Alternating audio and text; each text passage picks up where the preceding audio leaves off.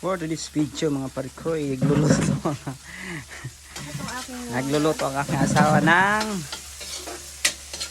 manok na hinimay. Sobra sa birthday yan.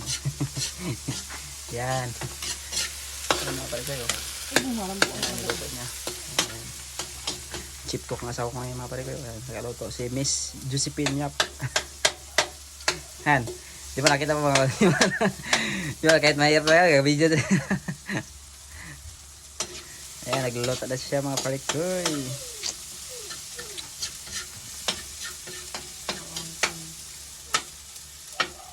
Nagluluto na si Miss.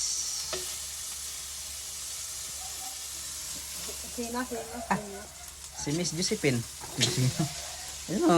Mrs. Josephine. Alangan mag-ano. Siyempre, Mrs. na. Ha? Bakit? Nagluluto na si Mrs. Josephine. Yan, mga parikoy. Tao, nagluluto na mga parikoy. Video ko to. Yan. Mas maliwanag pala dito. Yun. Dito na si Miss Josephine. Grabe. Harap kang buang to. Parang baka sa ito. May memories nga ito sa buhay natin. Ay, nakabuangan. Memories ito sa buhay natin yung pag-video. Yan. Ano pakat na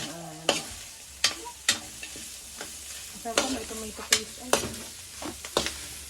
Pansit.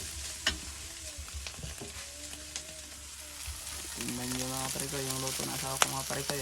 Sarap. Yun. Binuhusan ng 1 kilong paminta.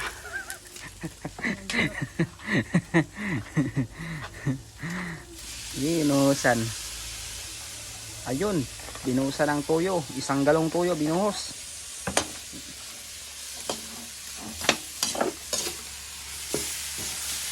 Yun. Sarap naman ito. Lamig. Ayun. Binuhusan ng 1 termos ng tubig. Yan, usok na.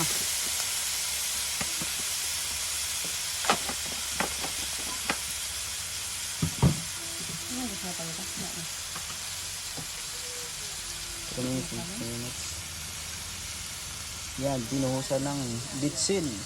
Yan? Nagtayo pa na eh?